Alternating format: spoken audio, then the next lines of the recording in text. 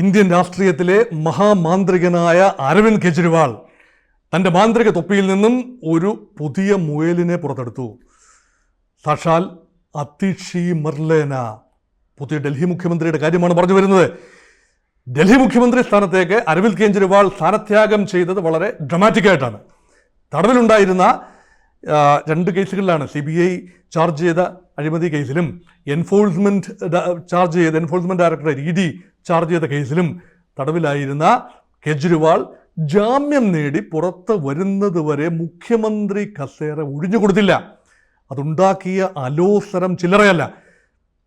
പുറത്ത് വന്നതിന് ശേഷം പോലും മുഖ്യമന്ത്രിക്ക്, വകുപ്പില്ലാ മുഖ്യമന്ത്രിയായിട്ടാണ് തടവിൽ തുടർന്നതെങ്കിൽ പോലും തിരിച്ചു വന്നപ്പോഴും വകുപ്പുകളുടെ ഒന്നും ചുമതല എടുത്തിട്ട് കാര്യമില്ല. കാരണം ബില്ലുകൾ സൈൻ ചെയ്യാനോ ഫയലുകൾ ഒപ്പുവെക്കാനോ ഒന്നും സാധിക്കില്ല. സെക്രട്ടേറിയറ്റിൻ്റെ അടുത്ത് പോലും പോകാനുള്ള അനുവാദം ജാമ്യ വ്യവസ്ഥിതിയിൽ നൽകിയിട്ടില്ല. അതുകൊണ്ട് ഏറ്റവും കരണീയമായ കാര്യം കെജ്രിവാൾ ചെയ്തു വെച്ചു. തൻ്റെ സ്ഥാനം ഒഴിഞ്ഞു കൊടുത്തിട്ട് പുതിയൊരു മുഖ്യമന്ത്രിയെ അവരോധിച്ചു. പക്ഷേ മുഖ്യമന്ത്രി അവരോധിക്കുമ്പോൾ മുൻകാലങ്ങളിൽ സംസ്ഥാന മുഖ്യമന്ത്രി പദത്തിൽ മാറ്റം വേണ്ടി അവസരം വന്നപ്പോൾ താൽക്കാലികമായി നിയമിച്ച മുഖ്യമന്ത്രിമാരുടെ തനി നിറം പിന്നീട് പുറത്താകുന്നത് കണ്ടതാണ്. ബീഹാറിൽ നിതീഷ് കുമാർ തൻ്റെ തെരഞ്ഞെടുപ്പ് പരാജയം, ലോക്സഭാ തെരഞ്ഞെടുപ്പിലെ പരാജയം കൊണ്ട് മുഖ്യമന്ത്രി പദത്തിൽ നിന്നും നിതീഷ് കുമാർ താൽക്കാലികമായി മാറി ജിതിൻ റാം മാഞ്ചിയെ മുഖ്യമന്ത്രിയാക്കി. പക്ഷേ വനവാസത്തിന് ശേഷം തിരിച്ചു വരാൻ നോക്കിയപ്പോൾ ജിതിൻ റാം മാഞ്ചി മാറിക്കൊടുത്തില്ല. അതുണ്ടാക്കിയ പുകില് ചില്ലറയല്ല. മാത്രമല്ല, ജാർഖണ്ഡിൽ ഹേമന്ത് സോറൻ അഴിമതി കേസിൽ അറസ്റ്റിലായി. ജാമ്യം ലഭിച്ച് പുറത്തു വന്ന് മുഖ്യമന്ത്രി പദത്തിലേക്ക് വന്നപ്പോഴാണ് താൻ തൽക്കാലത്തേക്ക് ഇരുത്തിയ മറ്റൊരു സോറൻ, ചമ്പൈ സോറൻ, രാജിവെച്ച് മാറാൻ വിസമ്മതിച്ചു. രാജിവെച്ച് മാറിയപ്പോൾ അദ്ദേഹം BJPയിൽ ചേരുന്ന അവസ്ഥയുമുണ്ടായി.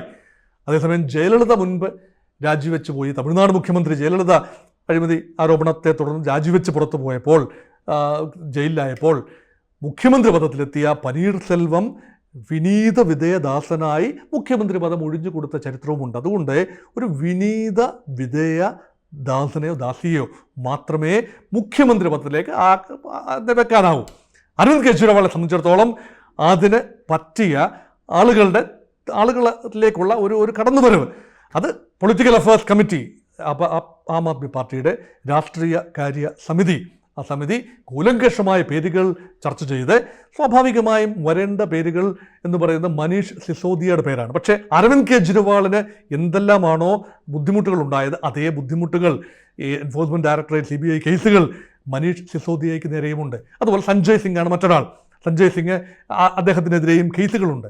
പിന്നെ സീനിയറായിട്ടുള്ള ആളുകളുണ്ട്. രാജ്യസഭാ മെമ്പറായ രാഘവ് ഛദ്ദയുണ്ട്. അതുപോലെ ഗോപാൽ റായ്, അദ്ദേഹത്തിന് ഏറെ പ്രായമായി, ഗോപാൽ റായ് ഉണ്ട്. അതുപോലെ മറ്റ് ആളുകളുമുണ്ട്, മറ്റ് തലയെടുപ്പുള്ള ആളുകളുണ്ട്.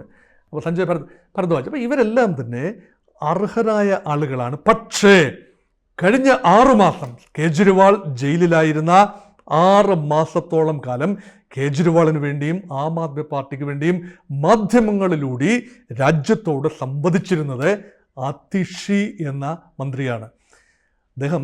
അദ്ദേഹത്തെ വളർത്തിക്കൊണ്ടുവന്ന, ഗ്രൂം ചെയ്ത് കൊണ്ടുവന്നത് മനീഷ് സിസോദിയാണ്. മനീഷ് സിസോദിയ വിദ്യാഭ്യാസ മന്ത്രിയായിരുന്നപ്പോൾ വിദ്യാഭ്യാസത്തിൻ്റെ ചുമതലയുണ്ടായിരുന്ന ഒരു അഡ്വൈസർ എന്ന നിലയിലാണ്.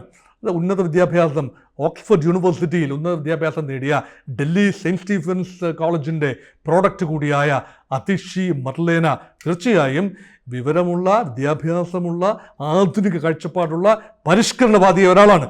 ഡൽഹിയുടെ വിദ്യാഭ്യാസ നയം, സർക്കാർ തകർന്ന് തരിപ്പണമായി കിടന്ന സർക്കാർ സ്കൂളുകളെ ഉന്നത നിലവാരത്തിലെത്തിക്കുകയും ഒരുപക്ഷെ എയ്ഡഡ് സ്വാശ്രയ വിദ്യാഭ്യാസ സ്ഥാപനങ്ങളെക്കാൾ മെച്ചപ്പെട്ട റിസൾട്ടിലേക്ക് എത്തിക്കുകയൊക്കെ ചെയ്തതിൽ ആ ഒരു അതിഷി മർലേനയുടെ ഒരു മാജിക് ടച്ചുണ്ട്.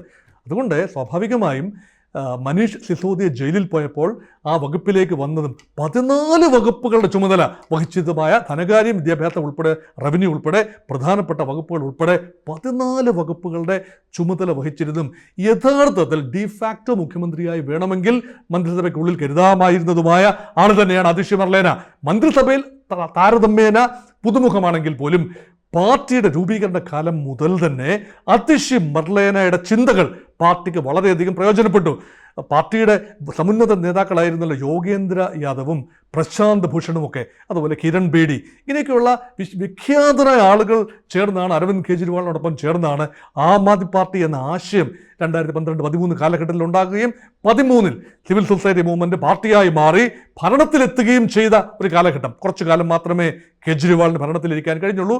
കോൺഗ്രസുമായി തല്ലിപ്പിരിഞ്ഞ് ജൻ ലോക്പാൽ ബില്ല് പാസ്സാക്കാൻ കഴിയാതെ വന്നപ്പോൾ രാജിവെച്ച് പിന്നീട് ഒറ്റയ്ക്ക് ജനവിധി തേടി 2 പ്രാവശ്യം 2015-ലും 2019-ലും 2015-ലും 2020-ലും മൃഗീയ ഭൂരിപക്ഷത്തിൽ 70 സീറ്റുള്ള ഡൽഹി നിയമസഭയിൽ 67 സീറ്റും പിന്നീട് 63 സീറ്റും നേടി ജയിച്ചു വരികയും ചെയ്തപ്പോൾ സംസ്ഥാന രാഷ്ട്രീയത്തിൽ ആം ആദ്മി പാർട്ടിയുടെ അജയ്യത അവിടെ വെളിവാക്കപ്പെടുകയാണ്. ഇതിന് പിന്നിലെ ബുദ്ധി കേന്ദ്രമായിരുന്നു അതിഷി മർലേന. മർലേന എന്ന പേര് ഒരു ചെറിയ ആശങ്കയുണ്ടാക്കുന്ന പേരായി അതിഷിക്ക് തോന്നി. കാരണം മാർക്സും ലെനിനും ചേരുന്നതാണ് മാർലേന. അതായത് അതിഷിയുടെ മാതാപിതാക്കൾ ഡൽഹി യൂണിവേഴ്സിറ്റിയിലെ അധ്യാപകർ, അവർ ഇടതുപക്ഷ ചായ്വുള്ള അധ്യാപകർ തങ്ങളുടെ മകൾക്ക് നൽകിയ പേരാണ് മാർക്സിൻ്റെ ലെനിൻ്റെയും പേരുകൾ ചേർത്ത മർലേന. അതുകൊണ്ടൊരു റാഡിക്കൽ സ്വഭാവമുള്ളൊരു പേര് എന്ന നിലയിലും പലരും പറഞ്ഞു ഇതൊരു ജൂത പേരാണ്, ചിലർ പറഞ്ഞു ഒരു ക്രിസ്ത്യൻ നെയിമാണ്. ഇതൊന്നും ഡൽഹി രാഷ്ട്രീയത്തിൽ വേണ്ട പോലെ റിസണേറ്റ് ചെയ്യുന്ന കാര്യങ്ങളല്ല, അനുകൂലമായി റിസണേറ്റ് ചെയ്യുന്ന കാര്യങ്ങളല്ല. അതുകൊണ്ട് അതിഷി സിംഗ് എന്ന പേരിലേക്ക് അതിഷി ഒതുങ്ങുകയാണ്. പക്ഷേ ഔപചാരികമായി ബാലറ്റ് പേപ്പറിലൊക്കെ മത്സരിച്ചപ്പോൾ അതിഷി മർലേന സിംഗ് എന്ന് തന്നെയാണ്. അതുകൊണ്ട് അതിഷി മുഖ്യമന്ത്രി പദത്തിലേക്ക് വരുമ്പോൾ എന്താണ് പ്രതീക്ഷിക്കാവുന്നത്? അരവിന്ദ് കെജ്രിവാളിന് വേണ്ടി ഇരിപ്പിടം ചൂട് പിടിപ്പിച്ചിടുക എന്ന ഒരു ദൗത്യത്തിന് പുറമെ അതിഷിക്ക് ചെയ്യാവുന്ന ഒരുപാട് കാര്യങ്ങളുണ്ട്. ഒന്ന്, അഴിമതിയുടെ കറ പുരണ്ടിട്ടില്ലാത്ത വലിയ നേതാക്കളിൽ, അപൂർവം ചില നേതാക്കളിൽ ഒരാളാണ്. അദ്ദേഹത്തിനെതിരെ ഒരു അഴിമതി ആരോപണമില്ല. ഡൽഹി മദ്യനയ കേസുമായി ബന്ധപ്പെട്ട് മനീഷ് സിസോദിയയും അരവിന്ദ് കെജ്രിവാളും സഞ്ജയ് സിംഗും എല്ലാം ആരോപണ മുനയിലാവുകയും അല്ലെങ്കിൽ തടവിലാക്കപ്പെടുകയും ഒക്കെ ചെയ്തപ്പോഴും അതിഷിക്ക് നേരെ ഒരു വിരലും ചൂണ്ടപ്പെട്ടിട്ടില്ല. ഒരു ഗുണം. രണ്ടാമത്തേത്, കേജ്രിവാൾ പറയുമ്പോൾ രാജിവെച്ച് മാറാൻ പൂർണ്ണമായി സന്നദ്ധതയുണ്ട്. അത് പരസ്യമായി പ്രകടിപ്പിക്കാൻ ഒരുങ്ങുകയും ചെയ്ത ആളാണ് അതിഷി മർലേന. മൂന്നാമത്തെ ഒരു പ്രത്യേകത എന്ന് പറയുന്നത് അതിഷി ചെറുപ്പമാണ്, 43 വയസ്സിൻ്റെ ചോരത്തെളുപ്പ്.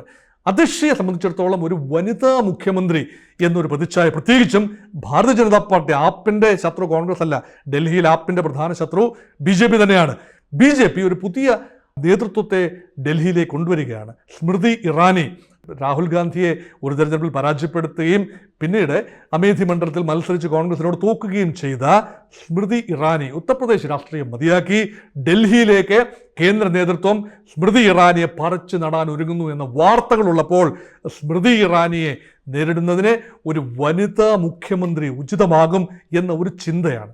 അതുകൊണ്ട് എങ്ങനെ നോക്കിയാലും ഡൽഹിയിൽ കേവലം പരമാവധി 4 മാസം നവംബറിൽ തിരഞ്ഞെടുപ്പ് വേണം എന്ന് ആം ആദ്മി പാർട്ടി ആഗ്രഹിക്കുന്നു. അത് മാത്രമല്ല, അങ്ങനെയാണ് പൊതുവെ പുറമേ പറയുന്നത്. മഹാരാഷ്ട്രയിലെ തിരഞ്ഞെടുപ്പ് നടക്കാനുണ്ട്. ആ ഡേറ്റുകളായി കഴിഞ്ഞാൽ അതേ സമയത്ത് തന്നെ വേണമെങ്കിൽ ഡൽഹി തിരഞ്ഞെടുപ്പ് നടക്കാവുന്നതേ ഉള്ളൂ. പക്ഷേ ഇപ്പോൾ തിരഞ്ഞെടുപ്പ് യഥാർത്ഥത്തിൽ നടക്കേണ്ടത് 2025 ഫെബ്രുവരി വരെ നിയമസഭയ്ക്ക് കാലാവധി ഉള്ളതുകൊണ്ട് അതുവരെ മുഖ്യമന്ത്രിയായിട്ട് വേണമെങ്കിൽ ഇരിക്കാനും സാധിക്കും. ഇനി കേജ്രിവാളിനെ സംബന്ധിച്ചിടത്തോളം 2-3 കാര്യങ്ങൾ ചെയ്യാമായിരുന്നു. ഈ നാടകം കളിക്കുന്നതിന് പകരം തെരഞ്ഞെടുപ്പ് ഉടനെ വേണമെങ്കിൽ ഒരു പുതിയ മുഖ്യമന്ത്രിയെ വാഴിച്ചിട്ട് ആവശ്യമില്ലായിരുന്നു. നിയമസഭ പിരിച്ചുവിട്ട് കേജ്രിവാളിന് ഭൂരിപക്ഷമുള്ള സ്ഥിതിക്ക് ലെഫ്റ്റനന്റ് ഗവർണറോട് പറഞ്ഞ് നിയമസഭ പിരിച്ചുവിട്ട് തെരഞ്ഞെടുപ്പിലേക്ക് നീങ്ങാമായിരുന്നു. പക്ഷേ ഒരു അപകടം അദ്ദേഹം മണത്തു. ഒരു പക്ഷേ കേന്ദ്രഭരണം അല്ലെങ്കിൽ ഒരു പക്ഷേ പ്രസിഡന്റ് ഭരണത്തിലേക്ക് തൽക്കാലത്തേക്കെങ്കിലും ഡൽഹി പോയി കഴിഞ്ഞാൽ വികസന പദ്ധതികൾ കൊണ്ടുവരാനാവില്ല. അതുകൊണ്ട് കേജ്രിവാളിന് സാധിക്കാത്തത്, കാരണം മുഖ്യമന്ത്രി പദത്തിൽ നിന്നുകൊണ്ടൊന്നും സാധിക്കില്ല, അതുകൊണ്ട് അത് ജാമ്യ വ്യവസ്ഥകൾ അതുപോലെയാണ്.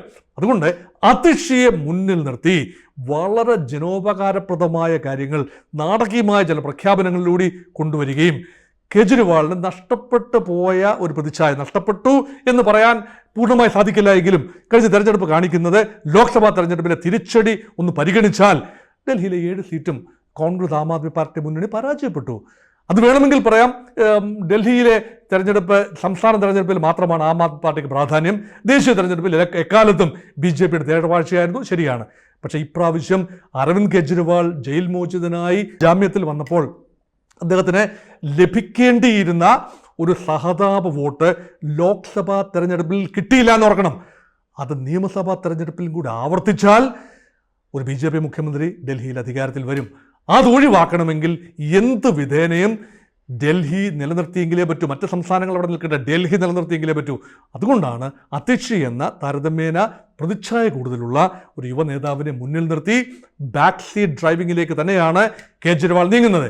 അതുകൊണ്ടാണ് പറഞ്ഞത് കേജ്രിവാൾ എന്ന മാന്ത്രികൻ, മഹാമാന്ത്രികൻ, മജിഷ്യൻ ഒരിക്കൽ കൂടി ചടുലമായ നീക്കങ്ങളിലൂടെ ഇന്ത്യൻ രാഷ്ട്രീയത്തെ അമ്പരപ്പിച്ചിരിക്കുകയാണ്.